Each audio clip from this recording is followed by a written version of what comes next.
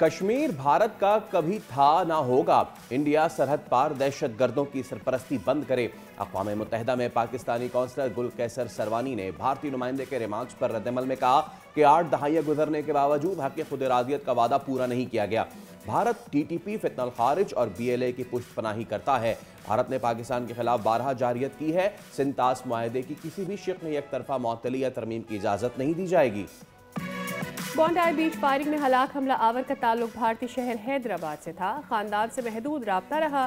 भारतीय पुलिस की तस्दीक के बाद गोदी मीडिया एतराफ़ करने पर मजबूर हो गया। हमला आवर 1998 में भारत से ऑस्ट्रेलिया मुंतकिल हुआ। साजिद के पास भारतीय पासपोर्ट था। उसने ऑस्ट्रेलिया मुंतकिल होने के बाद 6 बार इंडिया का दौरा किया। आखिरी बार 2022 में हैदराबाद आया। ऑस्ट्रेलियाई इंटेलिजेंस एजेंसीज ने भारतीय हुकूमत से बाज़ाब्ता राब्ता किया और दहशतगर्दों से मुतालिक पूछगछ की।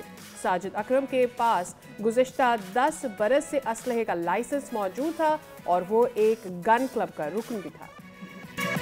पाकिस्तान और भारत के दरमियान 52 मिनट पर मुश्तमिल फिजाई झड़प के दौरान भारतीय फिजाइया के 4 राफेल लड़ाका तैयारे तबाह हुए।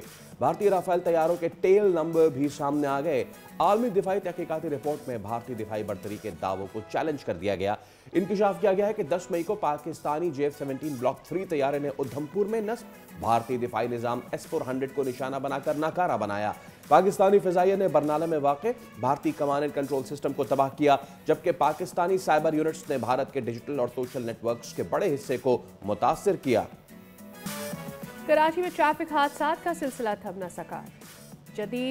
शदीद ट्रैफिक कंट्रोल सिस्टम ने भी बेसूद रहा। 24 घंटों के दौरान ट्रैफिक हादसात में 3 अफराद जान की बाजी हार गए।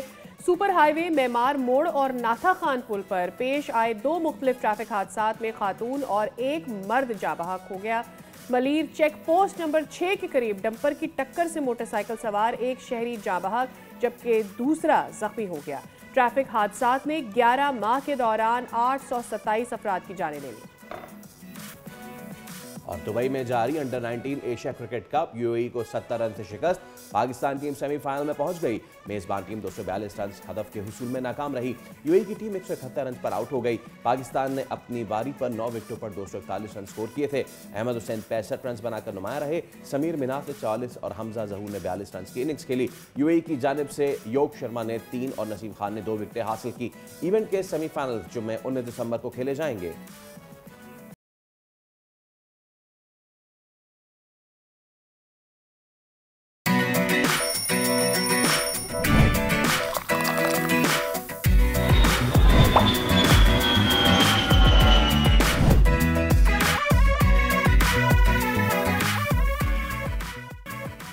अस्सलामुअलैकुम, खुशामदीद, सुबह खैर। आप देख रहे हैं दुनिया बोल है। मैं हूं सैयद फैसल करीम और मैं हूं सारिया सैमसन। उम्मीद करते हैं कि आपकी सुबह का आगाज़ अच्छा हुआ होगा और आपका पूरा दिन भी हम उम्मीद करते हैं कि अच्छा गुजरे। जनाब, आज है कहानियाँ बहुत सारी आपके साथ शेयर करने के लिए, कुछ पॉलिटिक्स से, कुछ स्पोर्ट्स से, लेकिन आगाज़ हम करेंगे सिडनी वाक़े से। सिडनी में फायरिंग के वाक़े में हमलावर के भारतीय होने के नाकाबिल तरदीद सबूत अब मिल गए हैं। बॉन्डाई बीच में पेश आने वाले वाक़े पर एक बार फिर हक़ाइक़ ने भारतीय प्रोपेगेंडे को खामोश करवा दिया है। फ़िलिपीन के इमिग्रेशन हुकाम ने तस्दीक की है कि बॉन्डाई बीच हमले में मुलव्वस साजिद अकरम और उसका बेटा नवीद अकरम हमले से चंद हफ्ते कबल फ़िलिपींस गया और वहाँ से ट्रेनिंग हासिल की। उधर भी भारतीय मीडिया की जानिब से इस वाक़े को मुसलसल पाकिस्तान से जोड़ने की कोशिश की जा रही है। अब एक बार फिर से नाकामी का मुंह उनको देखना पड़ रहा है, क्योंकि खुद भारतीय पुलिस और भारतीय खबर रसाई इदारे तस्दीक कर चुके हैं कि ये शख्स, जिसका नाम साजिद अकरम है, इसका ताल्लुक भारतीय शहर हैदराबाद में तेलंगाना से था। वो भारतीय पासपोर्ट पर सफ़र करता रहा। पाकिस्तान से उसका कोई ताल्लुक साबित ही नहीं किया जा सकता और ना किया गया है। और ये वही पुराना फार्मूला है जो हम इंडिया की जानिब से देखते भी हैं कि हर बार जब कोई इस तरह का वाक़या आता है तो बगैर सोचे समझे पाकिस्तान पर इल्ज़ाम धर दिया जाता है, मगर जैसे ही तफ्तीश आगे बढ़ती है ये सारे के सारे झूठों का पलंदा जो है वो अपने ही पैरों पर खुद गिर जाता है। अच्छा, अब इसके पूरे एक जो सीक्वेंस, ये वाक़या हुआ, वाक़या होने के बाद ये मंजर आम पर आया और मंजर आम पे आते ही कुछ ही देर में जैसे ही इसकी वीडियो सामने आई तो भारतीय मीडिया ने फ़ौरन से अपने सारे जो है वो पैतरे जो है वो आजमाना शुरू कर दिए और उसके बाद पाकिस्तान का नाम लेना शुरू कर दिया। लेकिन उसके बाद सवाल ये भी बनता है कि क्या हमने इसको सही से टैकल किया, हम पाकिस्तानी मीडिया ने या हम पाकिस्तानी पॉलिटिशियंस ने, हमारे स्टेक होल्डर्स ने इसको सही टैकल किया, वक्त पे इसका जवाब दिया नहीं दिया? जरा बात कर लेते हैं इसी पे। दिफाई तहसीलकार ब्रिगेडियर रिटायर्ड वक़ार हसन साहब हमारे साथ मौजूद हैं। अस्सलाम वालेकुम, गुड मॉर्निंग वक़ार साहब, thank you so much for your time. तो जैसे जैसे अब वक्त गुजरता जा रहा है, इंडिया के पास, इंडियन मीडिया के पास अब कुछ चारा बचा नहीं है कि वो जाएं और हैदराबाद तेलंगाना में इसके घर को रेड करें और वहाँ से दिखाएं कि जी यहाँ पे ये रहता था और यहाँ से चला गया, वहाँ चला गया।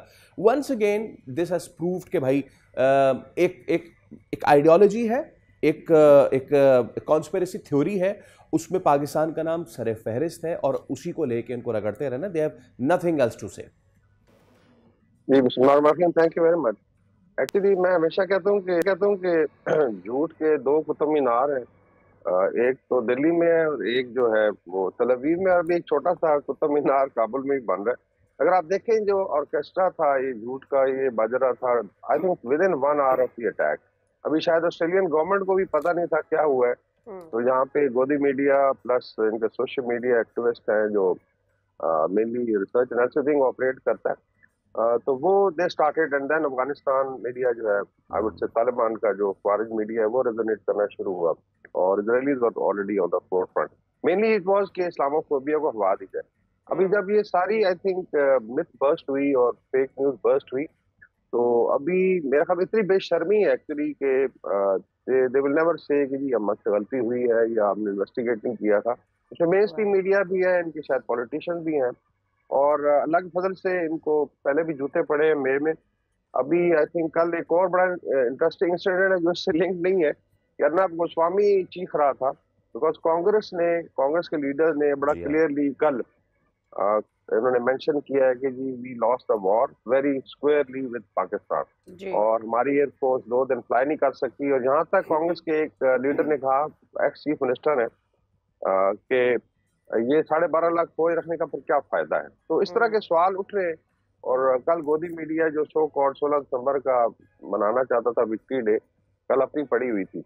उनको पता होना चाहिए कि बांग्लादेश अल्लाह की फजल से दोबारा पाकिस्तान के साथ एक अलायंस में जाने लगा है। मैं तो कहता हूँ कि दोबारा एक ईस्ट पाकिस्तान बन रहा है और भारत जो है चारों तरफ से घिर गया बिकॉज ऑफ देयर ओन उनकी जो बॉडी हरकते हैं। और अभी गार्डियन की मैं रिपोर्ट देख रहा था, उसमें जब उन्होंने मेंशन किया जी कि इंडियन है that he travelled to Philippines और 6 दफा तो ये इंडिया गया था जी, जिसका बाप है लड़के का। तो आई थिंक चीजें काफी क्लियर है। एक और एडिशनल पॉइंट के जो आईसिस भारत है या आईसिस इंडिया, इसका सेल भी साउथ इंडिया में ऑपरेट करता है और ये रिसर्च एनालिसिस विंग चलाती है। दोवल साहब की पुरानी डॉक्ट्रिन है और मोस्ट प्रॉब्ली ये इधर से ही आई थिंक अटैक के लिए सारी प्लानिंग की गई होगी। इस्लामोफोबिया खड़ा किया जाएगा, उसके बाद गोल मोल करके पाकिस्तान पे इल्जाम डाल देंगे, नॉट रियलाइजिंग कि ये फिर आई थिंक बूमरैंग करेगा उनके फेस के ऊपर। ऑलरेडी मेरे ख्याल में बहुत सारी चीज़ें बूमरैंग कर रहे हैं। कल हमने ये भी देख लिया कि किस तरह से एरो मैगजीन ने भी 4 राफेल की तस्दीक की कि जी गिर गए। But the thing is this, देखिए टू वे है this sword that India has picked against Pakistan, it is two way. How I want to put it forward, वो ये कि या तो वो पाकिस्तान पर इल्ज़ाम लगा देंगे या फिर वहाँ खुद जो भारत के अंदर मौजूद मुसलमान है उनके लिए जो है हेट्रेड भी बढ़ जाएगा, जो कि इसका एक वाकया हो सकता है क्योंकि ये शख्स जिसको आईएसआईएस से जोड़ा जा रहा है या इसका ताल्लुक आईएसआई से है, ये एक मुस्लिम नेम या मुस्लिम आइडेंटिटी रखता है। So I really want to सी कि ये क्या कर सकते हैं वर्स अपने लोगों के साथ और क्या करेंगे, वहाँ पर मौजूद जो लोग हैं जो मुसलमान हैं उनके लिए ये कितना खतरा पैदा हो सकता है इसके बाद। आई थिंक जो भारतीय मुस्लिम है उनका एक बहुत बड़ा डायलेमा, लेकिन उसके अंदर मैं तो एक सिल्वर लाइनिंग देखता हूँ। देखिए ये हम मेरी अपनी सस्पेंड है 25 करोड़ की आबादी है, इंडियन मुस्लिम कहते हैं शायद 30 करोड़ है मे बी, और भारत की गवर्नमेंट कहती है 20 करोड़ है, but it's a huge population. अगर 25 करोड़ भी है तो it's like almost 75% of European union. इतनी बड़ी आबादी को देखिए आप ऑस्ट्रेसाइज नहीं कर सकते। ये मोदी साहब को पता होना चाहिए। आप वोट ले सकते हैं और जब आप हेट्रेड क्रिएट करते हैं, फिर मुस्लिम एनक्लेव है मेजोरिटी में है। मसलन एक डिस्ट्रिक्ट है नो जो पुराना मेवात था, इट इज 77% मुस्लिम, और ये हरियाणा में जस्ट इमेजिन ऑक्युपाइड कश्मीर की स्टेट नहीं है, 98% वैली में है। केरला 60% मुस्लिम है, तो वेस्टर्न उत्तर प्रदेश 25%। तो ये मजाक नहीं है, कितनी बड़ी कम्युनिटी के साथ आप जो है इतनी ज्यादा ज्यादती करें, डेली मॉब लिंचिंग हो। तो I see another mini Pakistan emerging in the long run honestly. अगर आप कैलकुलेट कर लें, कोई भी कम्युनिटी इस तरह प्रेस, ये सिख नहीं काबू आते इनसे 2.5 करोड़। यू टॉकिंग ऑफ कि आप इस तरह करेंगे, पुश करेंगे, डिस्पाइट के इनके सरकारी मुसलमान जो है आजाद से लेके और वैसी साहब तक, अभी वैसी साहब को भी पड़ी हुई, बिकॉज हैदराबाद से अगर ताल्लुक है तो उनको लताड़ा जा रहा है। दे शुड रियलाइज, अभी अजमेर शरीफ की दरगाह से भी आवाजें उठ रही हैं, देवबंद वाले भी तंग है जिनको यूज करते हैं। तो मेरे ख्याल में लॉन्ग रन में आरएसएस की पॉलिसी बूमरैंग करेगी, it may fracture India, they should realise it. बाकी इनको बड़ा लोग लान तान करते हैं कि यहाँ मुसलमानों की आप करते हैं इतनी ज्यादा ऑपरेशन, और आप गल्फ में जाके तो आप जूते पॉलिश करते हैं ना, मोदी साहब पे जाके पाँव को हाथ लगाते हैं। बेसिकली इट्स गौ रक्षा पे ये लिंचिंग करते हैं। कल एक वीडियो थी कि सबसे बड़ा बीफ का कारोबार तो हिंदू लेट्स से बिजनेसमैन कर रहे हैं, नाम मुसलमानों के रखे हुए हैं। आप देखें अलनूर बुचरीज होगा या जो भी होगा, गल्फ में आपका बिलियन ऑफ डॉलर का बीफ जाता है। बेसिकली मुनाफिक स्टेट है, I would say, sorry to say, मुनाफिक रजीम है, और ज्यादा देर पे ये सिस्टम चल नहीं सकता। ये कर सकते हैं लेकिन कीप प्रेसिंग। देखें कम्युनिटी ने रिटेलिएट किया, अभी मणिपुर के हाथ से निकल गया, नागालैंड है, इंडियन पंजाब में भी आपने देखा है, राजस्थान में सिखों ने किया क्या, इन्होंने गडकरी की एक फैक्ट्री थी इथेनॉल की जाके डिमोलिश कर दी। अभी खबर आई नहीं है, उधर को हजारों ट्रैक्टर गए, उन्होंने जाके तोड़ दी कि आप एक साल कर रहे हैं किसानों का, तो people will get fed up. ये माइनॉरिटीज जो है वकार साहब, आपने मुनाफिक रजीम कहा तो मुझे उससे अफगानिस्तान भी याद आ गया। चलिए उनकी भी बात कर लेते हैं। भारत तो ये करता ही था, लेकिन बराबर में जो ये सारा वाकया हुआ है उसके बाद से लेके अब उनके मीडिया से लेके उनके फेसबुक पेजेस तक शुरू के 4-5 घंटे में जी बड़ा वो किया गया कि जी पाकिस्तान से ये हुआ, और मेरे दिल में यही सवाल आया, मैं आपके साथ भी शेयर करता हूँ। Look who is talking. जी जी बिल्कुल। अभी इसमें इंटरेस्टिंग है कि we must actually split between current Afghan regime, जो मैं कहता हूँ, और Afghan people. Honestly we have here in Turkey friends हैं एंड दे हैव एक्चुअली वो दुआएं करेंगे और जान छुड़ा दी। एनीवेज, तो जो अफगान अवाम तो बेचारी सफर कर रही है ना। अभी आप देखें 4 करोड़ में से almost 80% are staring at hunger इस सर्दियों में, सिर्फ खवातीन बंद है। अच्छा, अभी टेररिज्म पे मैं बात कर रहा हूँ कि जो टेररिज्म की फैक्ट्री लगा के बैठे हुए, और मे बी यू रियलाइज कि फिलीपींस का अगर आप लिंक करें अफगानिस्तान, तो वहाँ अबू सयाफ ग्रुप भी है, इसका अगेन ताल्लुक अफगानिस्तान से है। यू नेवर नो कि ये तोवल साहब ने एक अरेंजमेंट किया हो तो वहां जाके ट्रेनिंग कराई हो, तो ये हमेशा कॉम्प्लिकेट किया जाता है। तो I think Taliban regime should realise कि ये सस्टेनेबल नहीं है जो आप कर रहे हैं। अभी आस्ते आस्ते मिनटों पे आ रहे हैं कि पाकिस्तान के साथ आप इस तरीके से हॉस्टिलिटी, हमारा तो कोई झगड़ा नहीं है, बट अगर आप टेररिज्म करके समझते आप दबा लेंगे, ऐसा नहीं होगा। बाकी 70% अफगान मीडिया इस वक्त बिल्कुल भारत के कंट्रोल में, या नोएडा से ऑपरेट हो रहा है या साउथ में हो रहा है बेंगलुरु से, या इनकी जो भी सेल में। आपने देखा है इनके अभी आइडेंटिटीज भी आई हैं कि नाम वानी का लिखा हुआ किसी लीडर का और बैठा हुआ इंडिया में।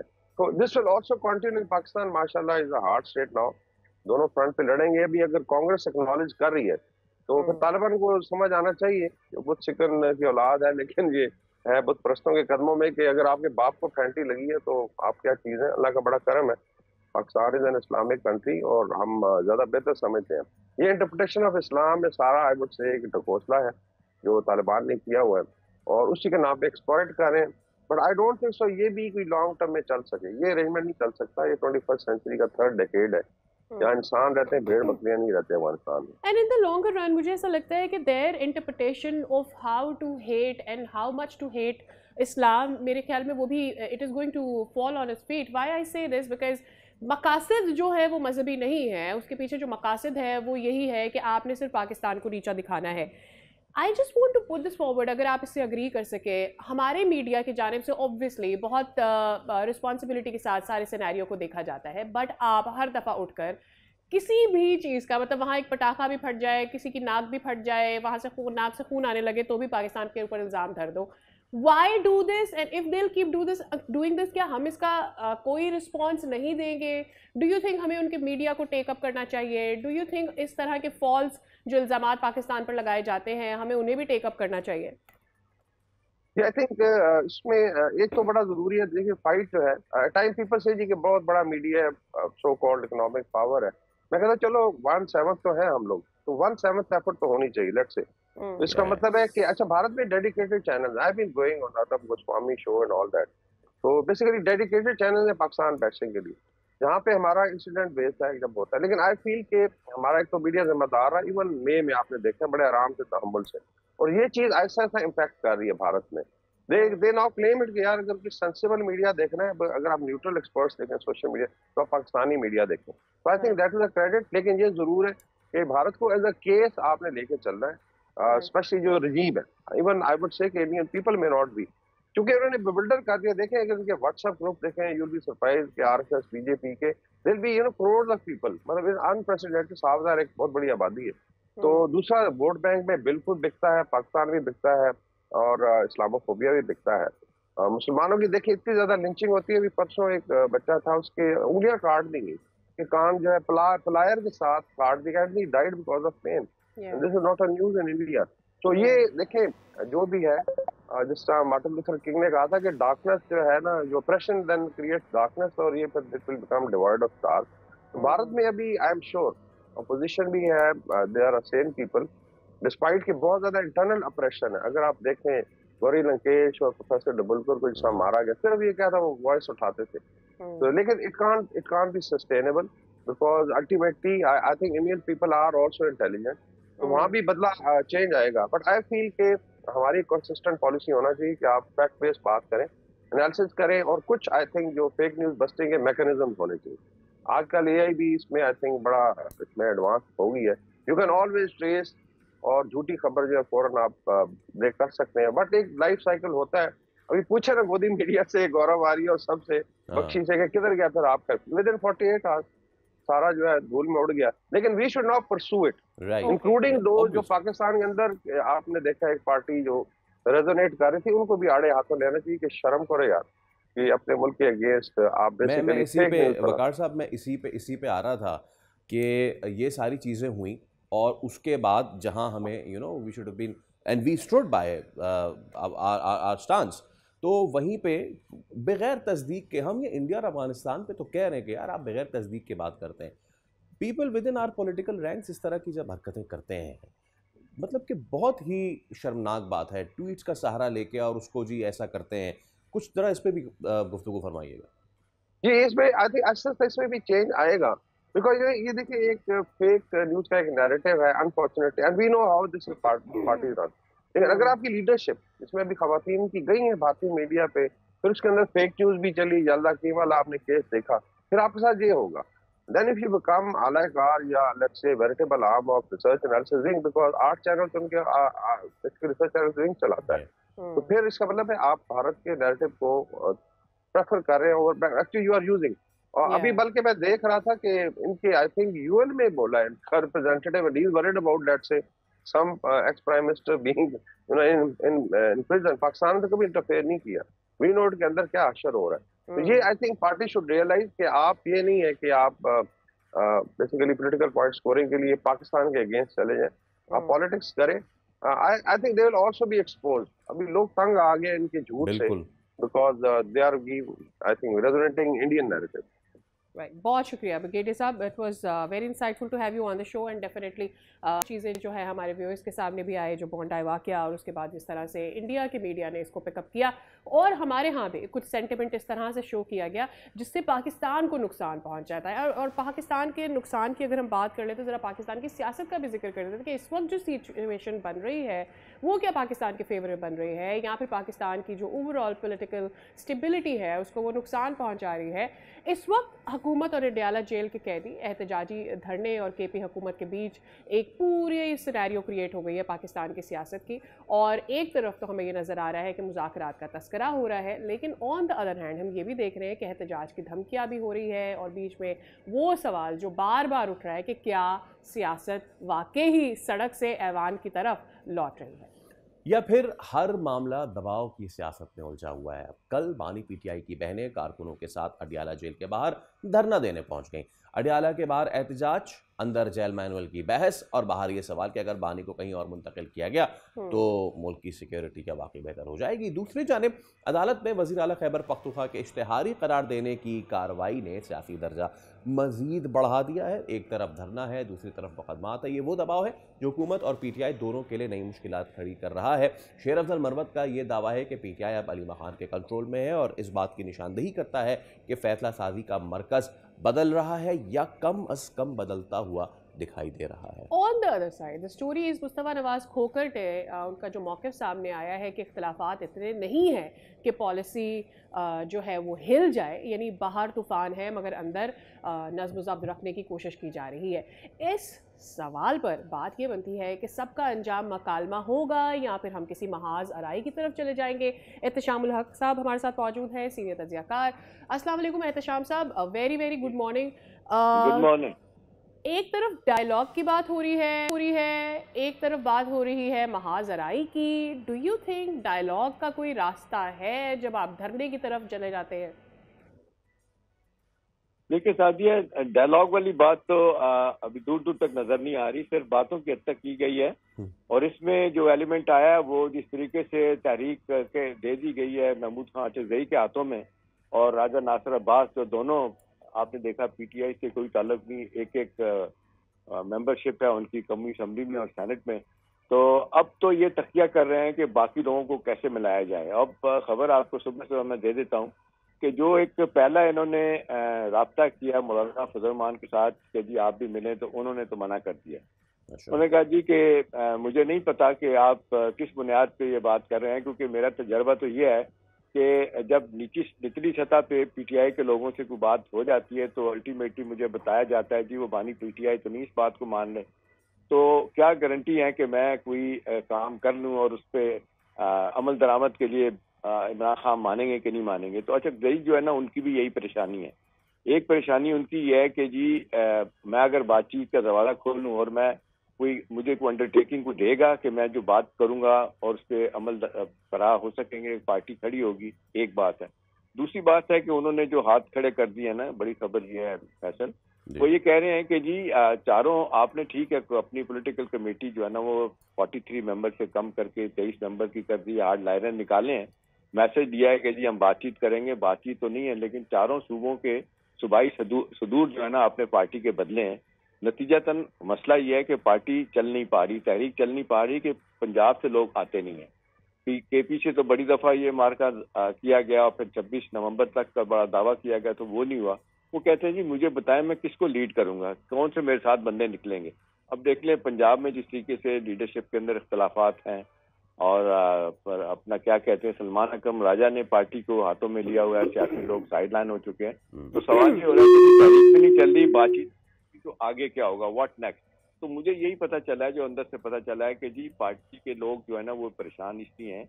एक तो पार्टी के बाहर लोग बैठे हैं ना, चाहे वो फवाद चौधरी हैं चाहे कुछ और लोग इस तरह जो चाहते हैं कि जी बातचीत का दरवाजा खोला जाए, लेकिन उनके साथ तो लड़ाई है उनकी। वो तो कहते हैं तुम तो पार्टी के निकाले लोग हो, तुम क्या बात करोगे।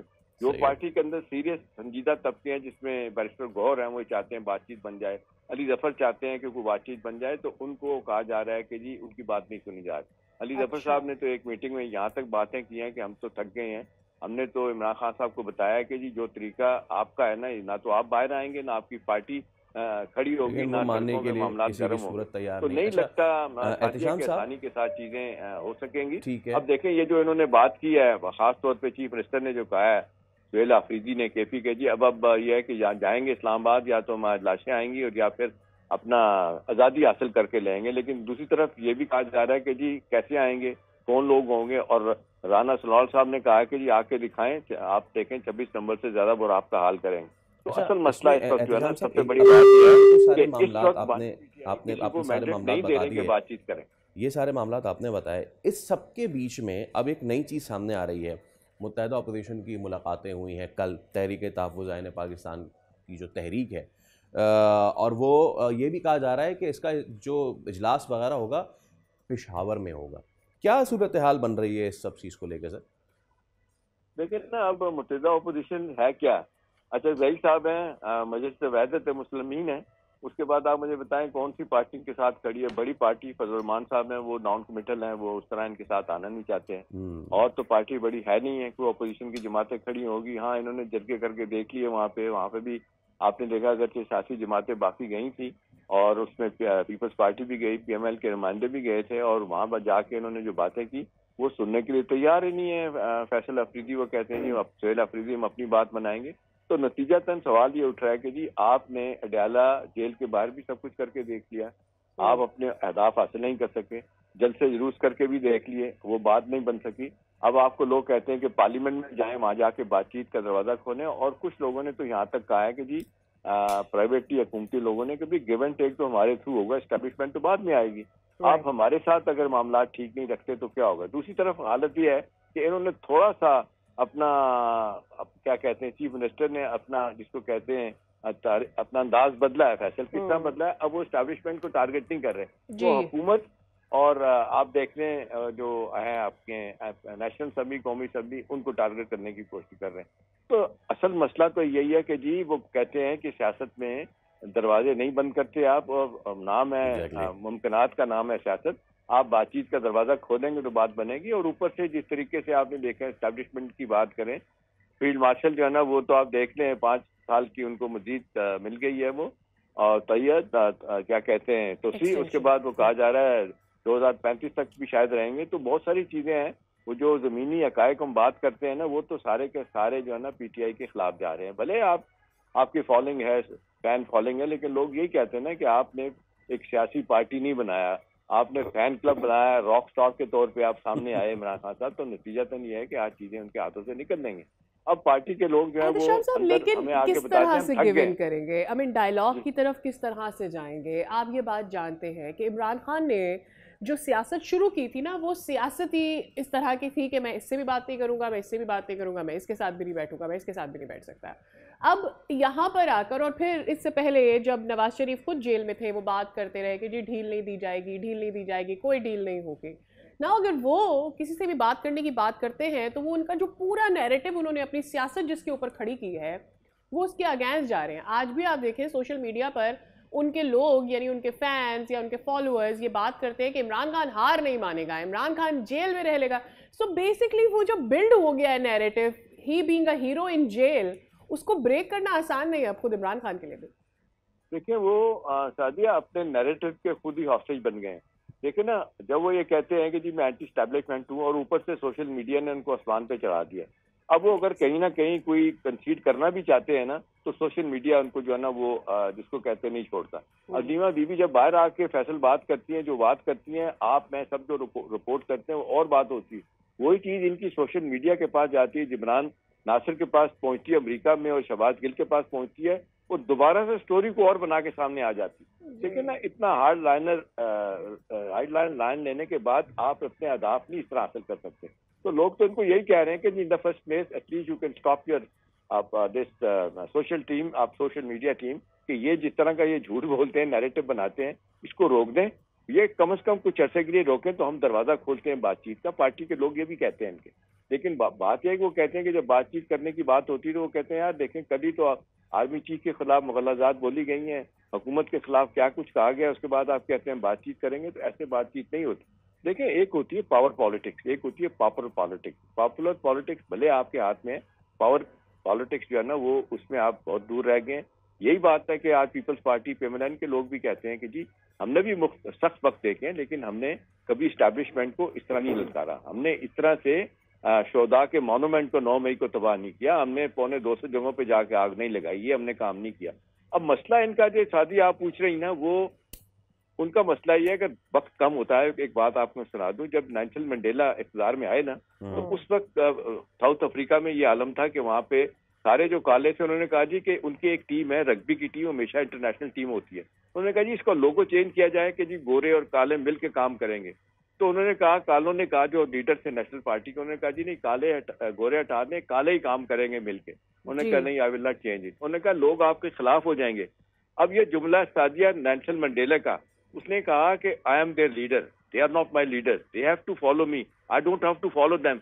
अब मसला ये है कि बानी पीटीआई को ये सोचना चाहिए कि जी मुझे लोग फॉलो करें, ना कि मैं लोगों को फॉलो करें। वो कहे कि भाई ये बंद करें। अब देखें, उन्होंने कहा था कि जी इस्लामाबाद नहीं आना, अलीमा बीबी ने बाहर खड़े होकर कहा कि नहीं मुझे तो उन्होंने कहा बाहर आना है, आप इस्लामाबाद आएंगे। अब देखना इतनी कंट्राडिक्शन है इनके दरमियान। फिर एक रोजाना की बुनियाद पर बयान को तब्दील किया जाता है। तीसरी बात यह है कि इन्होंने किसी सियासी जमात के साथ बना के नहीं रखी। हुकूमत का कोई आदमी भी जो है, 20 लोग होते हैं तो नरम गोशा रखते हैं कि जी खतियां होनी नहीं चाहिए। ख्वाजा जो बरादरान है लाहौर में बैठे हुए साथ, वो कहते हैं यार हमसे बात करते हैं, मामला को ठीक करवा देते हैं, कोशिश करते हैं। लेकिन उनका तो आप जिसको कहते हैं वो तड़ी खत्म नहीं हो रही। नतीजा तब यह है कि मामला जो है ना इनकी खराबी की तरफ जा रहे हैं। तो मुझे लगता है अल्टीमेटली बातचीत ही करनी पड़ेगी। और ये देखें ना, सख्तियां बर्दाश्त की, सख्तियां लोगों ने नहीं बर्दाश्त की। राना सनाउल्लाह को आपने नहीं 20 महीने के लिए जेल में डाला, उनके ऊपर आपने जिस तरीके से हेरोइन डाली थी। आप शायद खाकान अब्बासी को देख लें, कौन सा नहीं लीडर जिनको आपने अंदर नहीं किया था, और आप यही कहते थे कि नहीं जो बाहर है सबको अंदर करूंगा। तो ये जिसको कहते हैं आपके ऊपर भी वक्त आया बुरा, इसको टालने का तरीका यही है कि बातचीत का दरवाजा खोलें। संजीदा हल्के जो आपके पार्टी के अंदर कहते हैं कि जी हमें मौका दें, हम कुछ करते हैं, वो करके दिखाएं। मेरे ख्याल में एहतशाम साहब एक डिसीजन लें और उस डिसीजन के ऊपर खड़े हो जाएं कि अगर बात करनी है तो फिर सब तहैया कर लेंगे, ठीक है जी बात की जा सकती है, बजाय इसके कि कुछ धड़े ये बिलीव करें कि बात हो सकती है और कुछ ये कहे कि नहीं जी हम तो हर्जा सराय की जानिब जाएंगे। बहुत शुक्रिया फॉर योर टाइम। चलें जी, अब हम आगे बढ़ने से पहले एक मुख्तसर से ब्रेक ले रहे हैं, दोबारा हाजिर होंगे।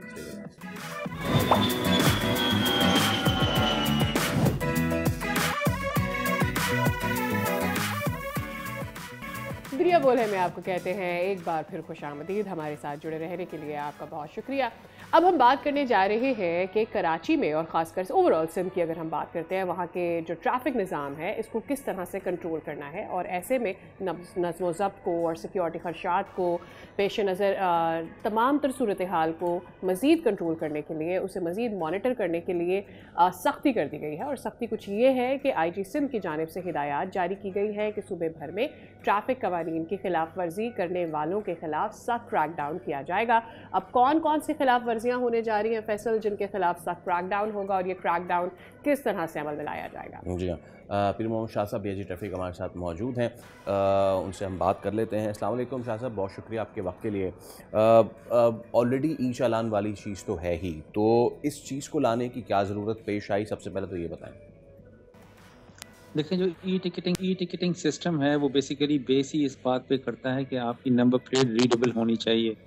जैसे ये सिस्टम आया तो पहले भी कुछ लोग थे और इसके बाद उन्होंने नंबर प्लेट्स को फोर्ज करना शुरू कर दिया। किसी ने मास्किंग कर ली, किसी ने उसको ऑब्स्ट्रक्ट कर लिया उसकी व्यू को। तो ये सब चीज़ें हम डिजिटली तो मॉनिटर कर रहे थे, टिकट्स इशू नहीं हो पा रहे थे ऐसी गाड़ियों को, और इस तरह से ये पूल बढ़ता जा रहा था ऐसी गाड़ियों का जिससे हम ब्लैक लिस्ट में डाल रहे थे। तो जब ये 500 से भी ऊपर हो गया तो फिर हमने ये सारी रिपोर्ट डिस्ट्रिक्ट पुलिस को दी, क्योंकि ट्रैफिक पुलिस तो रोड्स के ऊपर अभी कोई कार्रवाई नहीं करती।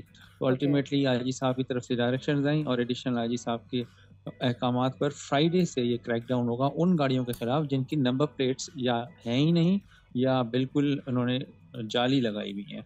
ठीक है, अच्छा ये बताइएगा कि अभी कराची में तो हम जानते हैं कि बहुत सारे इलाके ऐसे हैं जहाँ पर कैमरास मौजूद हैं और वहाँ पर ये अमल में लाया जा सकता है।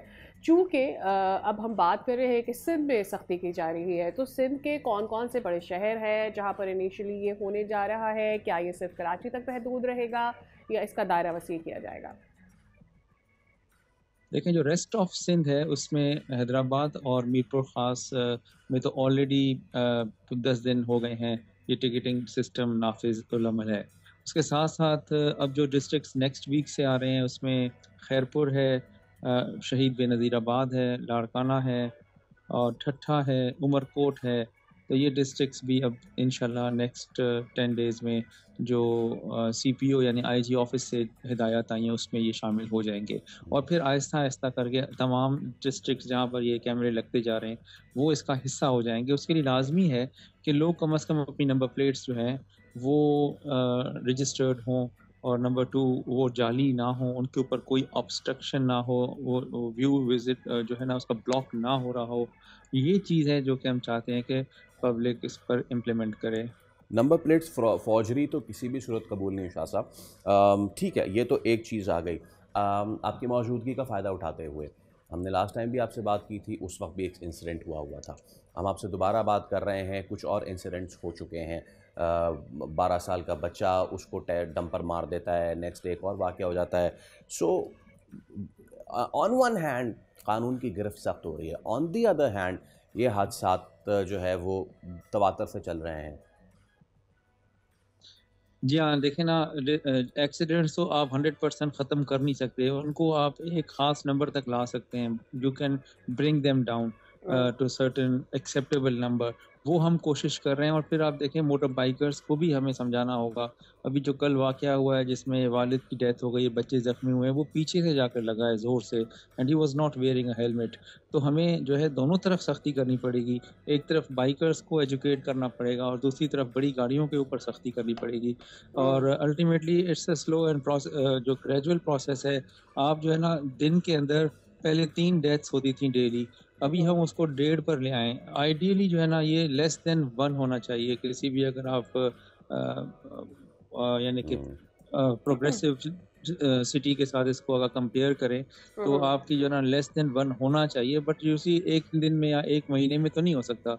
It will require consistent effort, persistent एक जो है ना एंड्योरेंस के साथ काम करना पड़ेगा। मैं कुछ चीज़ें जो मुझे भी समझ में आती है, obviously when we are on the road we say कि पूरी फैमिली जो है वो बाइकर्स की होती है, और ऑब्वियसली वो उनमें से कभी तो सिर्फ जो राइडर होता है जो मेन राइडर होता है उसके सर पे हेलमेट होता है और बाकी लोगों के सर पे हेलमेट नहीं होती है, और फिर कभी ये होता है कि किसी ने भी हेलमेट नहीं पहना होता, आगे रखा होता है, यस फिर वो रॉन्ग साइड से भी आ रहे होते हैं। फिर एक वजह ये होती है कि हमारे यहाँ कोई भी हो, चाहे वो गाड़ी चलाने वाला हो या वो रिक्शा चलाने वाला हो, फिर वो बाइक चलाने वाला हो, वो अपनी लेन में नहीं जाएगा। जिसकी जितनी छोटी गाड़ी है वो ये डिसाइड करता है कि वो उस स्पेस में से गुजर सकता है या नहीं, और ऐसा होता है। लेकिन ये सब काम करना इसके ऊपर इन सब रूल्स को फॉलो करवाना, उस पर सजाएं होना, ये सब काम इवेंचुअली फिर ट्रैफिक डिपार्टमेंट के अंडर ही आता है। जी हाँ, बिल्कुल। इसी वजह से जो है ना हम चाह रहे हैं कि लोग कम से कम मिनिमम जो रिक्वायरमेंट है उसको फुलफ़िल करें, कि अपनी नंबर प्लेट्स ठीक करें। और उसके बाद उनको जब सबको पता है कि हमने सिग्नल पे रुकना है, सबको पता है कि हेलमेट पहनना है, सबको पता है कि हमने सीट बेल्ट बाँधनी है और मोबाइल फ़ोन पे बात नहीं करना। लेकिन स्टिल कराची के अंदर जहाँ कैमरे लगे हुए हैं वहाँ ये अभी भी वायलेशन रिकॉर्ड हो रही हैं। ये इसका मतलब ये है कि जो हमें टाइम लगेगा लोगों को एजुकेट करने में। ऐसा नहीं है कि कोई मैजिक वॉन्ड है जिससे आप करेंगे और अगले दिन लोग बिल्कुल ठीक हो जाएँगे। ये सबको कलेक्टिव रिस्पॉन्सिबिलिटी को रियलाइज़ करना होगा। बिल्कुल, बहुत शुक्रिया शाह साहब। ये कलेक्टिव हमें लेकर चीज़ें चलनी होंगी, जहाँ एक तरफ एजुकेशन बहुत ज़्यादा, वहीं पे लोगों की जान बचाना भी बहुत ज़्यादा ज़रूरी है। एक और मामला, पाकिस्तान में एक बार फिर पोलियो के खात्मे की मुहिम जारी है। 15 दिसंबर से 21 दिसंबर तक ये कौमी इंसदादे पोलियो मुहिम है, साल की आखिरी है। 4.5 करोड़ से ज़्यादा बच्चों को खतरे पिलाने का हदफ इसमें रखा गया है। बिल्कुल, और अदालत शुमार ये बता रहे कि पाकिस्तानी पोलियो के खात्मे की मुहिम में पेशरफ्त ज़रूर की है, लेकिन अब भी केसेस रिपोर्ट हो रहे हैं। ऐसे में इन केसेस के रिपोर्ट होने को कम करना है, हमें इन केसेस को नीचे लेकर आना है। डॉक्टर इशरारुल हक, तर्जुमान इंसदादे पोलियो प्रोग्राम, हमारे साथ मौजूद हैं। डॉक्टर साहब, very warm welcome to you on our show. यकीनी तौर पर हम बहुत क्लोज आ जाते हैं, हमें लगता है नंबर्स ख़त्म हो गए हैं, फिर किसी शहर से 1, 2, 6 नंबर इस तरह के उठकर सामने आ जाते हैं, और उनको इरेडिकेट करने के लिए हम कोशिशें तो बहुत सारी कर रहे हैं, हर एक का जॉइंट एफर्ट है। I really want to know कि हम लैक कहाँ कर रहे हैं। बिस्मिल्लाहिर्रहमानिर्रहीम। Thank you so very much for your invitation. और वीएस पोलियो प्रोग्राम, हम बहुत थैंकफुल हैं पोल न्यूज़ के कि आप लोग जो है ना हमारे इस होल नेशन अप्रोच में हमारी बहुत मदद कर रहे हैं। आपने जैसे कहा कि हमारे पास केसेस ख़त्म हो जाते हैं और फिर 1, 2 या 6 आ जाते हैं। बिल्कुल आपने सही कहा। 2021 में हमारे पास 2021 और 22 के दरमियान में 14 महीने तक हमारे पास कोई केस नहीं आया था, तो हम सोच रहे थे कि हम बहुत करीब हैं। लेकिन नेगेटिविटी साइड, इस वक्त हमारे पास 30 केसेस हैं जो कि पिछले साल 76 थे। तो अल्हम्दुलिल्लाह हम फिर एक अच्छी ट्रेजेक्ट्री पे जा रहे हैं। ओवरऑल जिस तरह आपने कहा, ये एक होल नेशन अप्रोच है। पोलियो ना रेस को देखती है, ना लैंग्वेज को देखती है, ना जियोग्राफिकल बाउंड्रीज को देखती है। तो इसलिए अगर आप देख लें तो अफगानिस्तान और पाकिस्तान एक ही ब्लॉक है। मतलब है कि इसको आप अलहदा नहीं तस्वर कर सकते। तो हमारे चैलेंजेस हर प्रोविंस में डिफरेंट है। जैसे फॉर एग्जांपल सिंध में, कराची में हमारे बहुत बड़े प्रॉब्लम्स हैं। कम्युनिटी फटीग है, कम्युनिटी रेजिस्टेंस है। खैबर पख्तूनख्वा में हमारे पास एक्सेस के इश्यूज़ हैं, हमारे पास सिक्योरिटी इश्यूज़ हैं। इसी तरह फिर हमारे पास बलोचिस्तान में लो रूटीन इम्यूनाइजेशन है, वहाँ पे जियोग्राफिकल एक्सेस की इश्यूज़ हैं। तो ये सारी चीज़ें कंपाउंड होकर ना वायरस को सस्टेन रखने में मदद करती है। सो अनफॉर्चुनेटली ऐसा कोई एक रीज़न नहीं है जिसको हम एड्रेस करें तो बाकी सारे रीजंस एड्रेस हो जाते हैं। तो हर उसके लिए हमें इंडिविजुअल प्लानिंग करनी पड़ती है। जी डॉक्टर साहब, हॉटस्पॉट्स क्या हैं हमारे? एक तो ऑब्वियसली वो अफगानिस्तान वाला बॉर्डर वहाँ से हम देखते हैं। हमारे ना रीजनल मसाइल भी बहुत हैं। सिंध में पोलियो केसेस अगर आते हैं तो वो डिफरेंट तरीके के होते हैं, पंजाब में तो उनका इंडिजिनस है नहीं कोई। सो हमारे हॉटस्पॉट्स क्या है when we talk about the polio cases? हम अपनी इस्तिलाह में इसको कोर रिजर्वायर्स कहते हैं। ओके। ये जिस तरह आप कह रहे हैं हॉट स्पॉट्स कहते हैं, तो हमने पाकिस्तान में हमारे 4 बड़े कोर रिजर्वायर्स हैं जो कि हम जिसको एड्रेस करते हैं। एक सबसे पहले हमारे पास कराची के 7 डिस्ट्रिक्ट्स, इसको कोर रिजर्वायर कहते हैं। पेशावर खैबर ब्लॉक को हम कोर रिजर्वायर कहते हैं। सही। बलूचिस्तान में क्वेटा ब्लॉक, जिसमें 4 डिस्ट्रिक्ट्स आ ओह, जाते हैं बलूचिस्तान के। इसी तरह फिर हमारे पास साउथ खैबर पख्तूनख्वा के 7 अजला जो हैं वो रिजर्वायर्स में आ जाते हैं। अब इस वक्त अनफॉर्चुनेटली हमारे पास पंजाब में भी लाहौर में एंडेमिक सर्कुलेशन है, मतलब इन अदर वर्ड्स वो भी अपनी सर्कुलेशन मेंटेन रख रहे हैं। तो पंजाब भी अब हमारे लिए एक चैलेंज बनता जा रहा है जी। अच्छा। अच्छा, मैं रूट जी कॉज की तरफ जाना चाहती, quickly, we won't have lot of time. वजह जी क्या है? आई थिंक अगर रूट कॉज आप देखें तो पोलियो अपनी सक्सेस की ही वजह से फेल हो रहा है कि आपको ये डिजीज नजर नहीं आ रही ना। Unfortunately 4.5 like fortunately let's say 4.5 crore बच्चों में इस वक्त 30 बच्चे इफेक्ट हैं। तो ये आपको नजर नहीं आती, ये बीमारी बहुत ज्यादा नजर नहीं आती, इसलिए इसकी रिस्क परसेप्शन ऑटोमेटिकली नीचे चली जाती है। जब रिस्क परसेप्शन नीचे चली जाती है तो लोगों को ये एक बेसूद किस्म की एक्टिविटी लगने लग जाती है, जिसकी वजह से कम्युनिटी फैटीग, कम्युनिटी रेजिस्टेंस आ जाती है। लेकिन मैंने एज ए सेड ये एक जर्नलाइज स्टेटमेंट है। इंडिविजुअली रूट कॉज जो है एक और भी है, वो है हमारा हेल्थ एंड हाइजीन। क्योंकि ये बीमारी जो है ये गंदगी से फैलती है, ओरोफिकल रूट है। तो वो हमारी हेल्थ एंड हाइजीन भी साथ में नहीं इंप्रूव होती इन बड़े मेट्रोपॉलिटन सिटीज़ में, जिसकी वजह से इसकी ट्रांसमिशन को बहुत स्मूथली जो है ना वो मिलता है। और प्लस फाइनली हमारी रूटीन इम्यूनाइजेशन, जो एसेंशियल इम्यूनाइजेशन 2 साल तक हम अपने बच्चों को जो हिफाजती टीके हैं वो नहीं पिलवाते, तो जिसकी वजह से हमारे जो है ना नीचे रिजर्वायर बनते जा रहे हैं। ऑलराइट डॉक्टर साहब, thank you so much for your time and we hope कि इस ड्राइव में पाकिस्तान को कामयाबी मिले, पाकिस्तान इससे मुकम्मल निजात और छुटकारा हासिल। इसी के साथ हम एक ब्रेक लें, दोबारा हाजिर होंगे। Stay with us.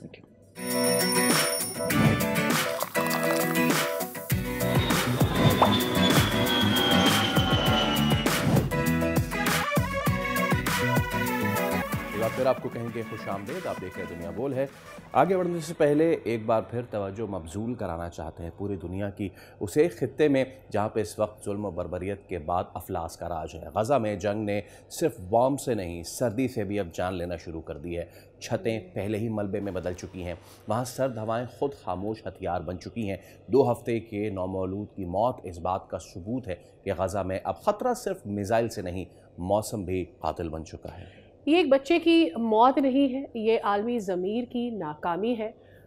हाइपोथर्मिया से दम तोड़ता हुआ नौमौलूद सवाल छोड़ गया है कि मुहासरे में कैद आबादी को आखिर कब तक बुनियादी पनाह, गर्म कपड़े और इलाज से महरूम रखा जाएगा। गज़ा में मौसम सरमा के तूफ़ान ने खैमों को बहा दिया, इमारतें गिरा दी, बेघर ख़ानदानों को खुले आसमान तले छोड़ दिया, मगर इमदादी सामान की तरसील अभी भी रुकी हुई है।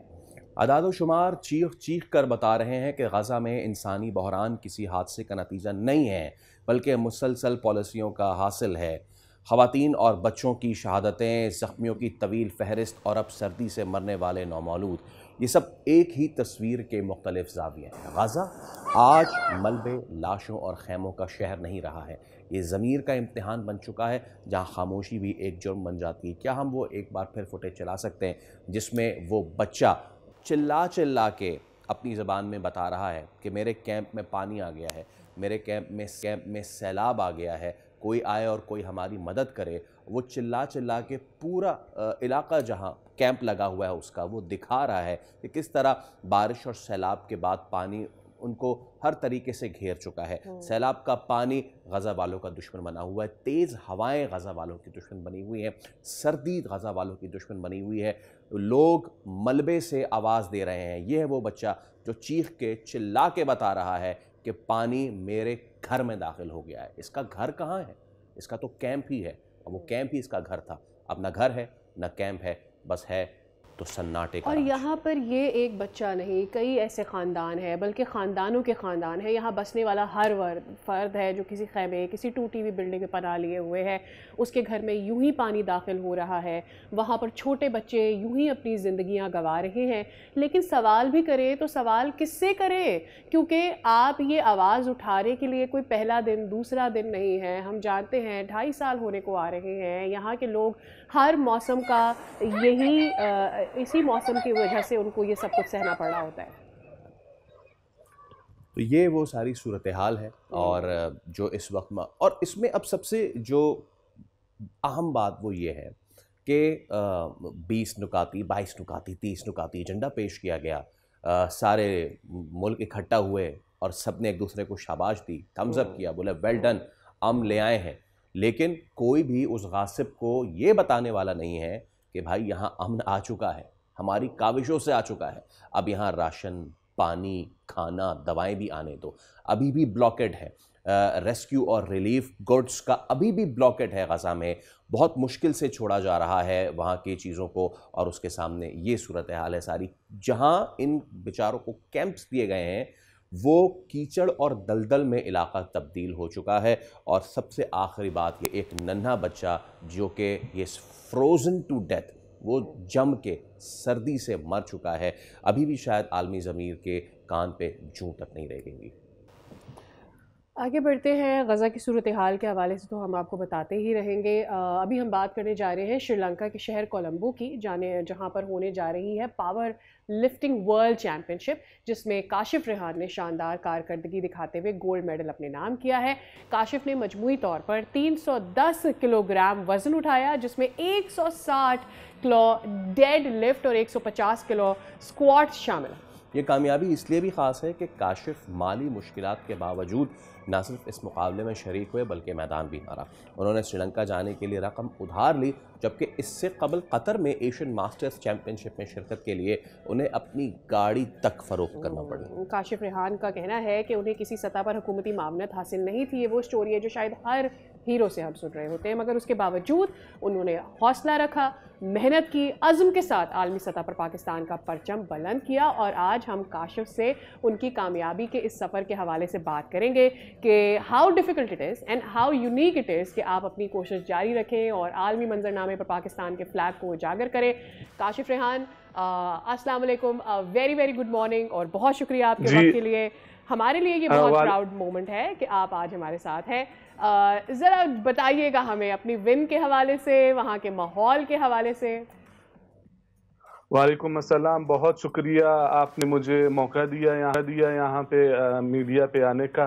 तो मैं आपको बताता चलूँ, मेरा ताल्लुक सूबा बलूचिस्तान से है और मेरी ये दूसरी पार्टिसिपेशन थी इंटरनेशनल लेवल पे। इससे पहले मैं दोहा कतर में फर्स्ट मास्टर एशियन चैम्पियनशिप में मैंने गोल्ड मेडल ली, वो वेट लिफ्टिंग में हुआ था। इसके बाद जो है ना लास्ट मंथ तकरीबन कोई 27 से 29-30 तारीख तक श्रीलंका के शहर कोलंबो में हुआ था world master power lifting championship, जिसमें मैंने मास्टर कैटेगरी में पार्टिसिपेट किया और अल्हम्दुलिल्लाह अल्लाह का लाख लाख शुक्र है जिसमें मैंने गोल्ड मेडल हासिल किया था 105 कैटेगरी में। राइट, ठीक है। अच्छा काशिफ, मुझे ये भी बताइएगा कि आप काशिफ से इस पर बात करेंगे मज़ीद, हम दोबारा उनसे कनेक्ट भी कर पाएंगे, उनकी आवाज़ हमें और क्लियरली आए। वैसे इट इज़ नॉट ईजी। कल भी हमारी इस बारे में बात हो रही थी, you know, dead lifts are they take all of you. क्या लगता है आपको? जी हाँ, अच्छा ये सिर्फ डेड लिफ्ट की बात नहीं है, जब पावर स्क्वाट है जो ये कर रहे हैं, पावर स्क्वाट भी बहुत मुश्किल होता है, बेंचेस भी बड़े मुश्किल होते हैं। काशिफ, ज़रा ये बताइए इस इवेंट में कौन कौन मज़ीद शरीक था, कौन कौन से ममालिक मज़ीद शरीक थे, किन किन मुल्कों को आपने हराया है?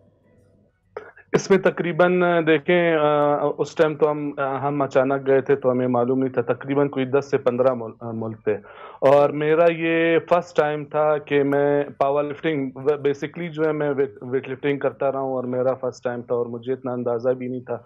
उनका वार्म अप का थोड़ा सा तरीका जुदा था, हमारा वेट लिफ्टिंग का वार्म अप का तरीका जुदा। इसमें तकरीबन कोई 10 से 15 मुल्क जो है ना मुख्तलिफ ममालिक आए हुए थे और तकरीबन कोई 300 साढ़े 300 खिलाड़ी के करीब जो है मुख्तलिफ ममालिक से खिलाड़ियों ने शिरकत की थी।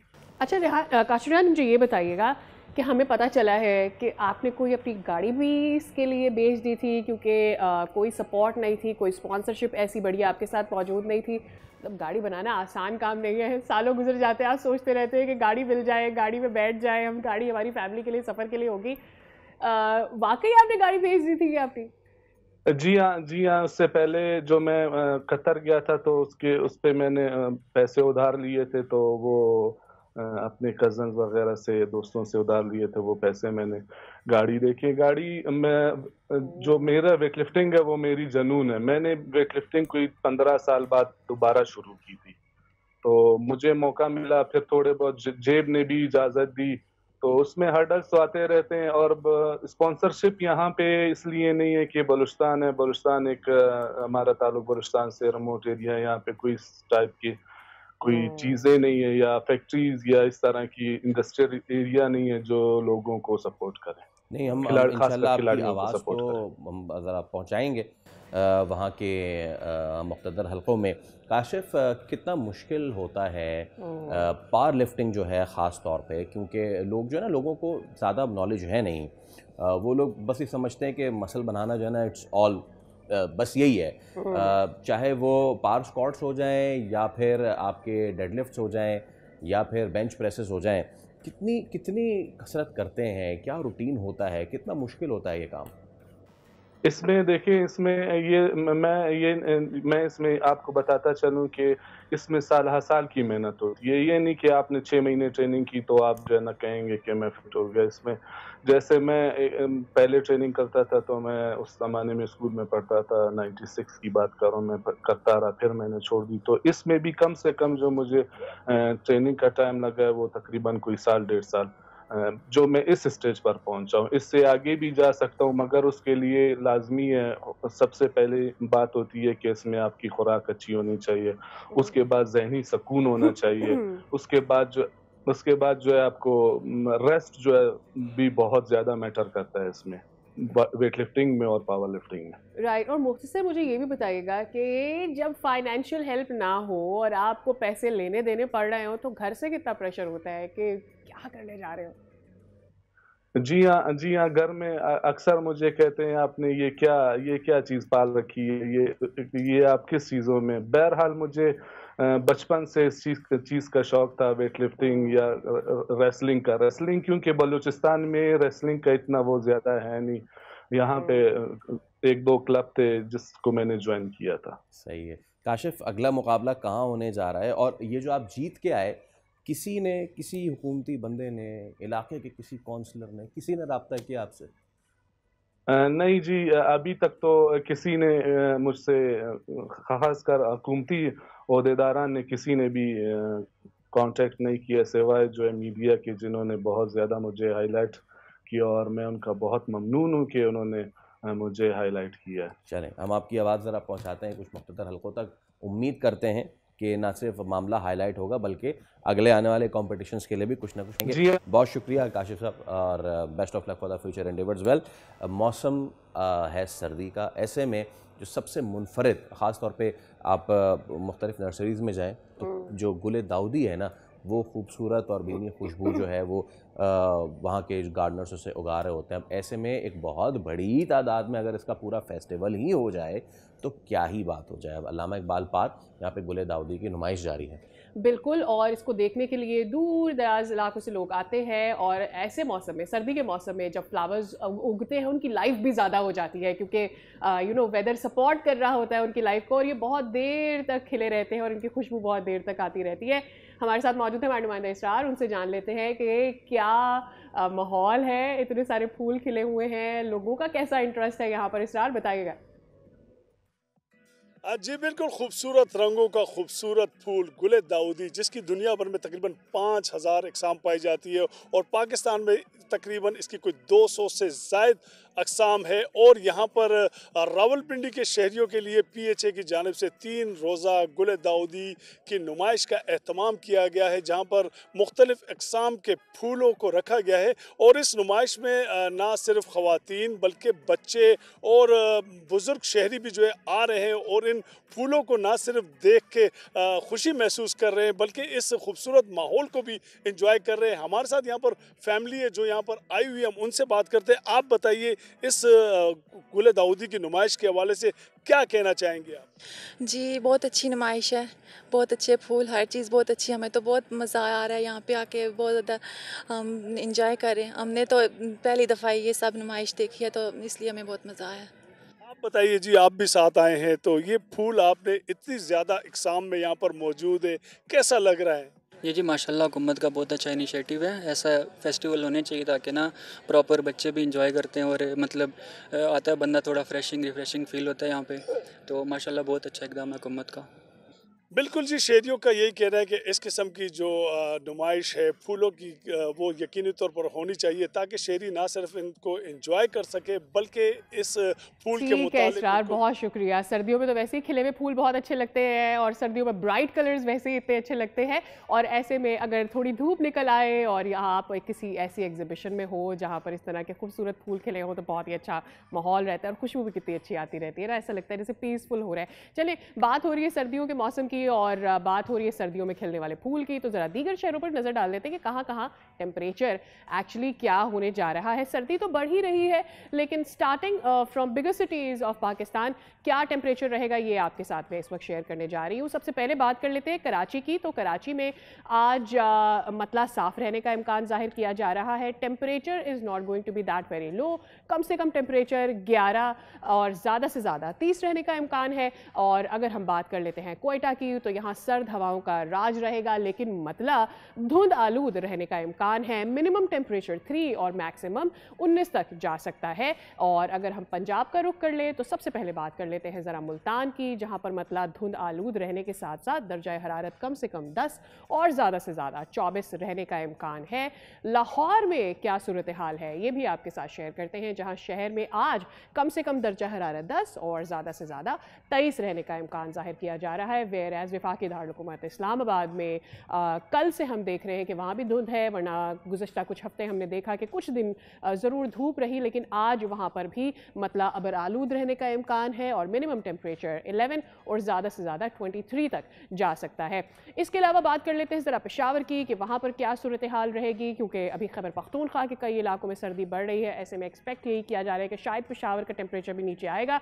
आज की अगर हम बात करें तो मिनिमम टेम्परेचर 9 और मैक्सिमम 22 तक जाने का इम्कान है, जबकि फैसलाबाद में आज मतलब अबर आलूद रहने का इम्कान है और मिनिमम टेम्परेचर 12 तक जा सकता है और ज़्यादा से ज़्यादा 24 तक रहने का इम्कान है। और बाकी जो मुल्क के दीगर शहर हैं उनका टेम्परेचर आपकी स्क्रीन पर आ रहा है। I really have to tell you कि मरी और स्कर्दू में टेम्परेचर ऊपर जाने का इम्कान है। इस हफ्ते तो मरी में नहीं कोई कह रहा क्योंकि टेम्परेचर इज़ वे हाई कि यहाँ पर स्नो हो सके, लेकिन स्कर्दू में और कालाम में ज़रूर एक्सपेक्ट किया जा रहा है कि वहाँ पर जो है वो स्नोइंग हो सकती है। और ऐसे में वो अफराद अगर ट्रैवल करना चाह रहे हैं वो ज़रूर मेक श्योर कर लें कि रास्ते क्लियर हो, कहीं भी स्नोइंग अगर हो रही है, बर्फबारी हो रही है तो किसी डेंजर का सामना आपको ना करना पड़े। वेल, ये तो थी जी वेदर अपडेट।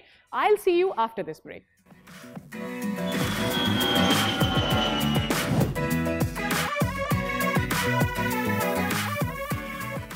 ये हम आ गए सामने। उम्मीद करते हैं कि आप ठीक ठाक होंगे, खैरियत होंगे, लेकिन ये ट्रेलर देख के it give me goosebumps. It did. और सोचे कि ये फिल्म का जो आगाज़ है वो इतना अच्छा प्लॉट सेट कर रहा है कि मूवी कितनी अच्छी होगी, और इस मूवी का जो मकसद है वो और भी ज़्यादा अच्छा है जो हम आपके साथ अभी शेयर करेंगे। तो जी, पाकिस्तानी फिल्म है गो स्कूल, जिसने आलमी तवज्जो हासिल की है और रेड सी इंटरनेशनल फिल्म फेस्टिवल 2025 में फिल्म की ऑफिशियल सिलेक्शन भी हुई है और ये पाकिस्तान के लिए एक पहली इस तरह की नुमाइंदगी होने जा रही है। जद्दा में 4 से 13 दिसंबर तक चलने वाले इस आलमी फेस्टिवल में नौशीन वसीम की काविश और सीमा अब्दुल की शानदार डायरेक्शन ने पाकिस्तानी सिनेमा को एक नई पहचान दी है। गोश्त स्कूल सिर्फ फिल्म नहीं, ये एक ज़बरदस्त कहानी है। 10 साला राबिया का सफ़र, एक स्कूल की अचानक बंदिश के पीछे छुपे राज, देहाती माशरे की महरूमी, तोहम परस्ती और तालीम तक रसाई के मसाइल। टोरंटो इंटरनेशनल फिल्म फेस्टिवल में वर्ल्ड प्रीमियर ने पहले ही दुनिया की तवज्जो हासिल की है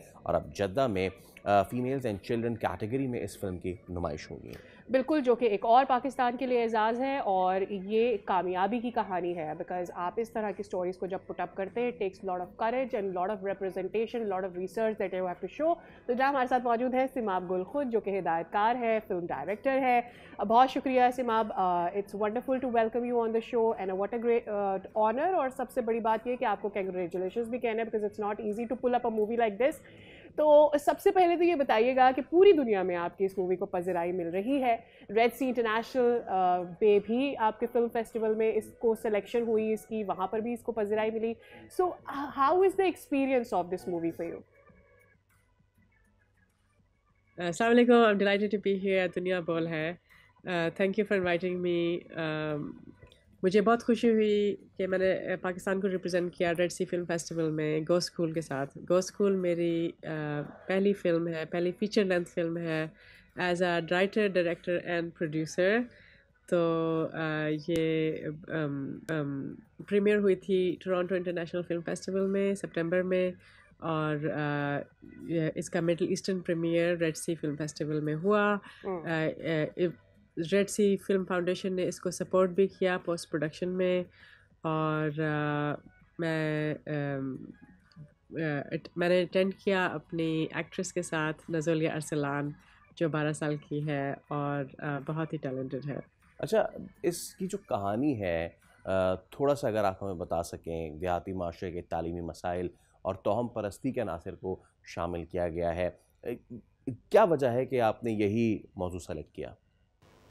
तो मेरी फ़िल्म का नाम है गोश्त स्कूल और जब मैं पूरे पाकिस्तान में ट्रैवल कर रही थी जर्नलिस्ट के तौर पे, डॉक्यूमेंट्रीज़ बना रही थी, तो मैंने काफ़ी गोश्त स्कूल्स और गोश्त हॉस्पिटल्स और गोश्त कॉलेजेस देखे।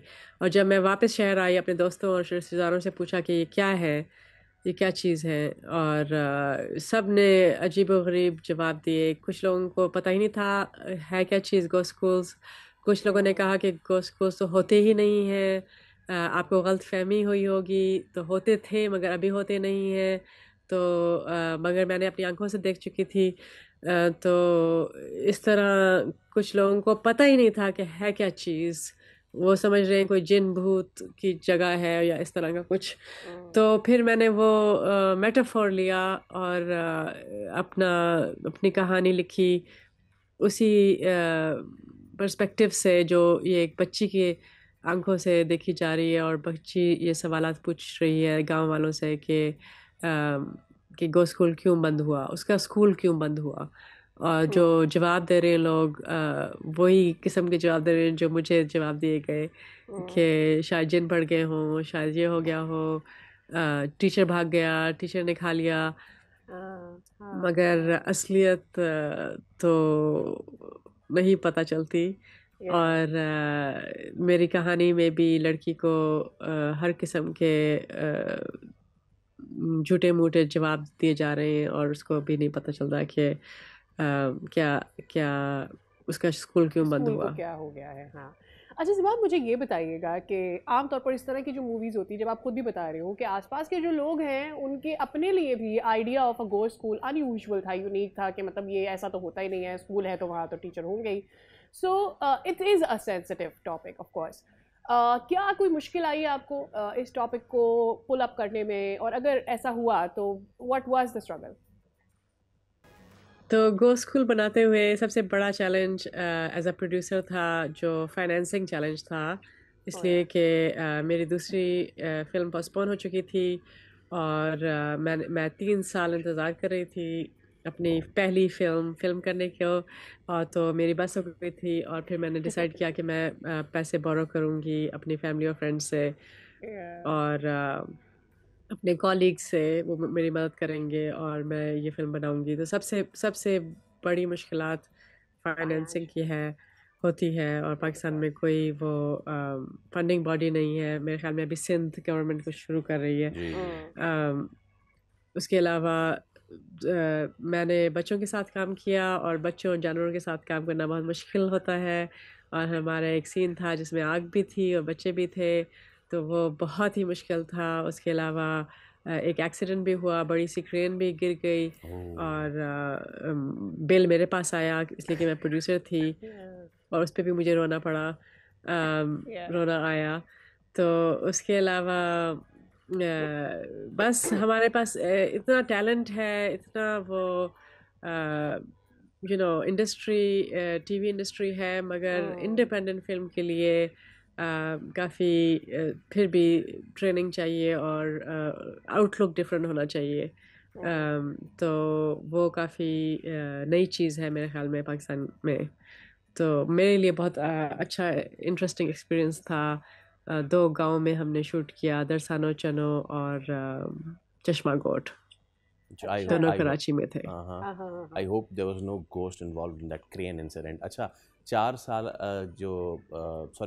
जो बच्ची है राबिया, उसका किरदार बड़ा अहम है, ज़रा उस पर कुछ रोशनी डालें।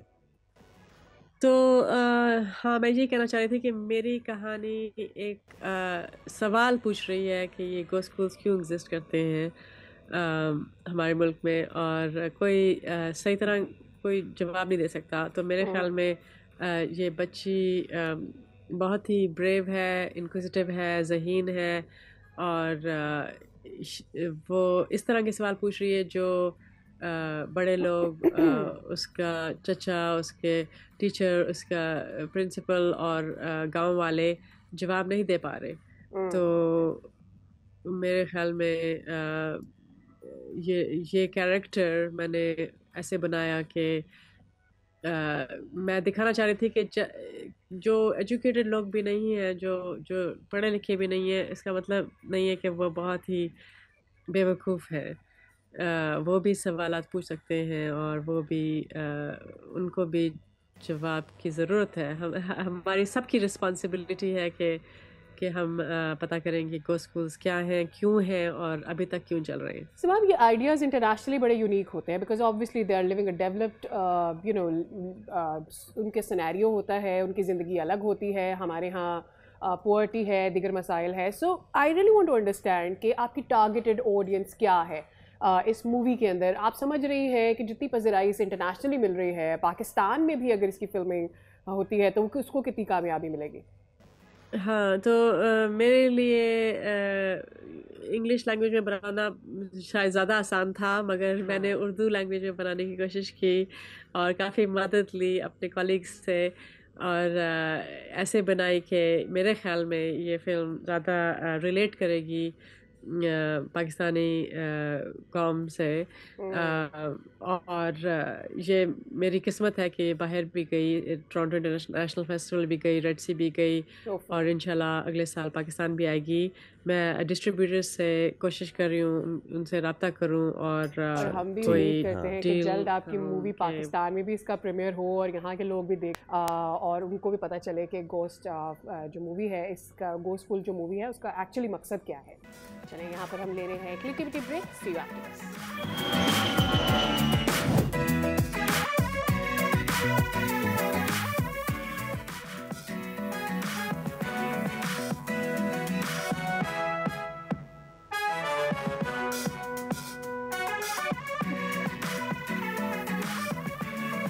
क्या ले आएंगे आप?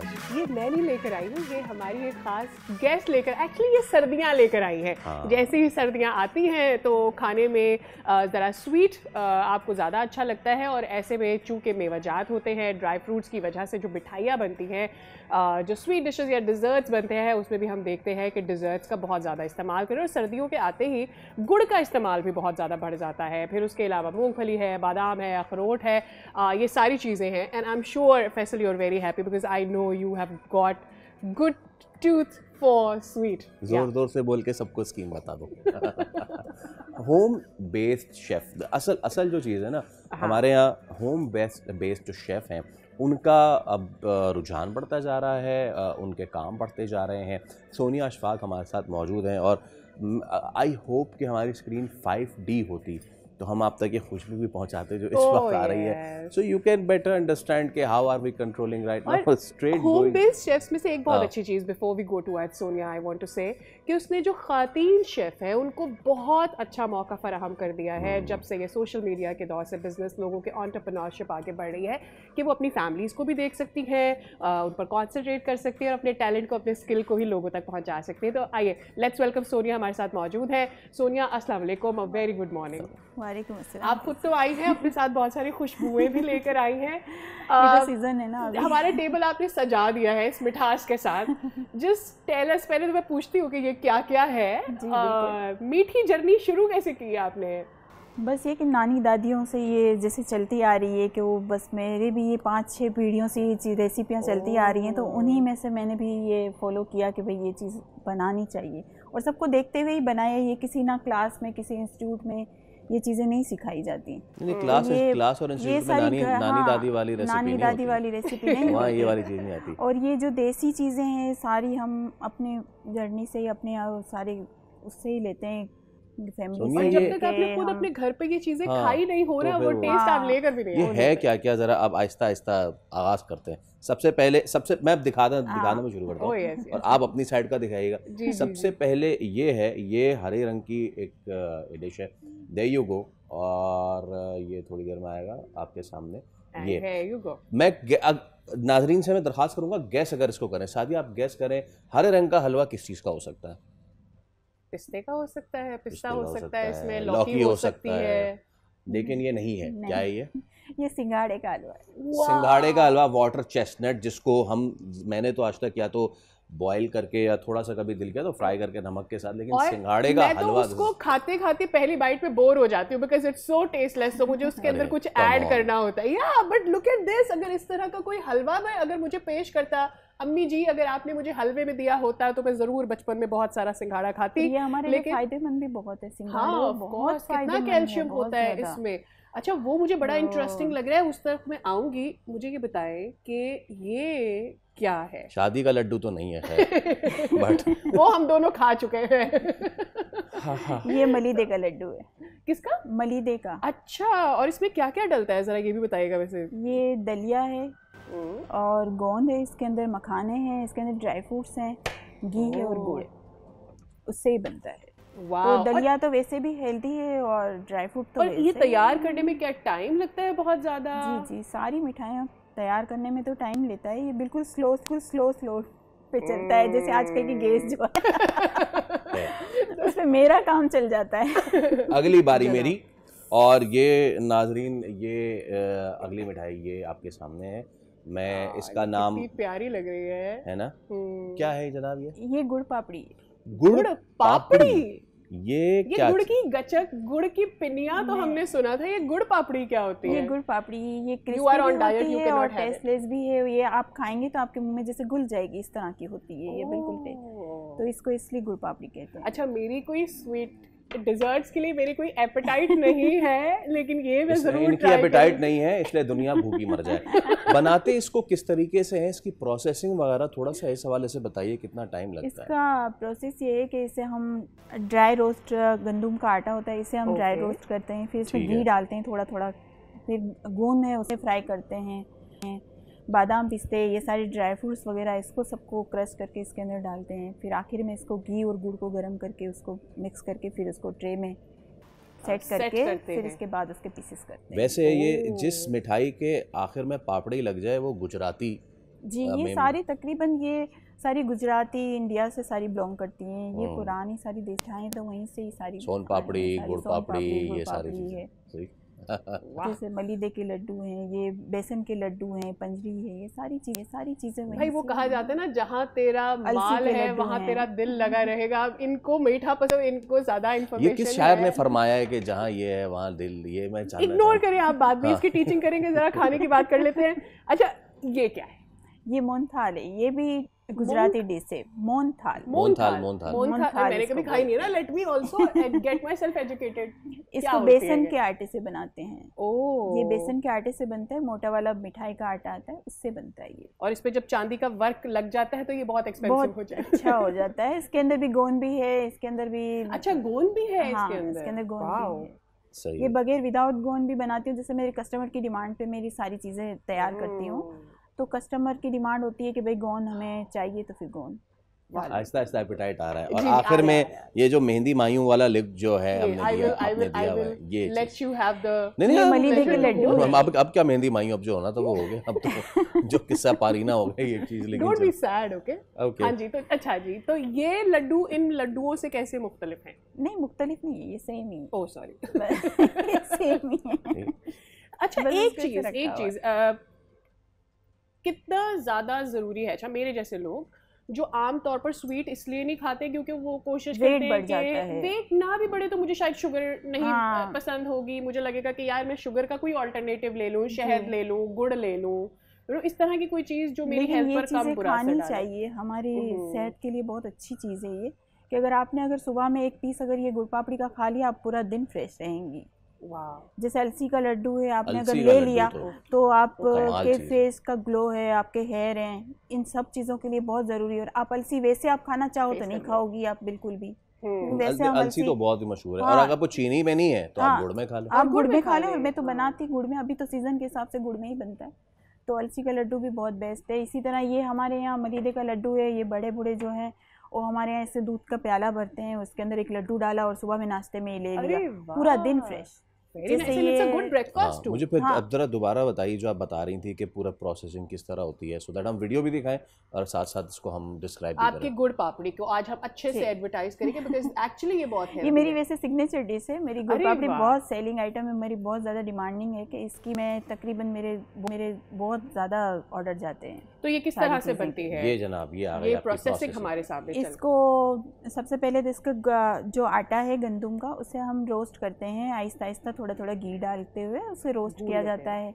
और गूंद है उसे फ्राई कर लेते हैं अलग से। ड्राई फ्रूट से उसको अलग से काट लेते हैं, क्रश कर लेते हैं। फिर इसके बाद इन सबको मिक्स करते हैं, घी और गुड़ को गर्म करके इसके अंदर मिक्स करके उसको फिर ट्रे में सेट करके फिर पीस कर देते हैं।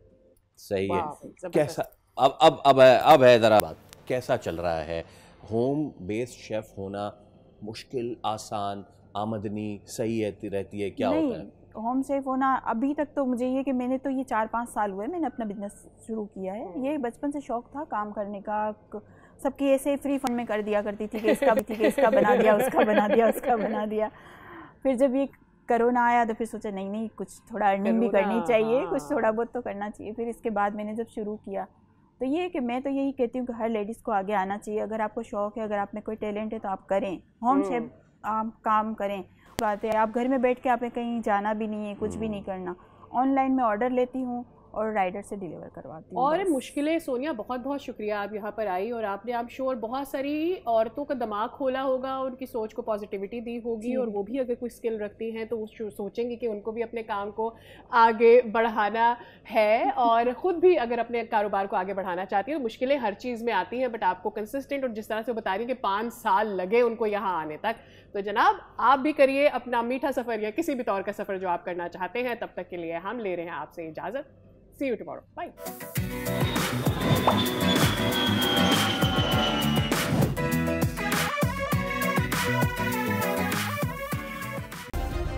सब्सक्राइब करें और बेल दबाएं ताकि कोई खबर रह न जाए।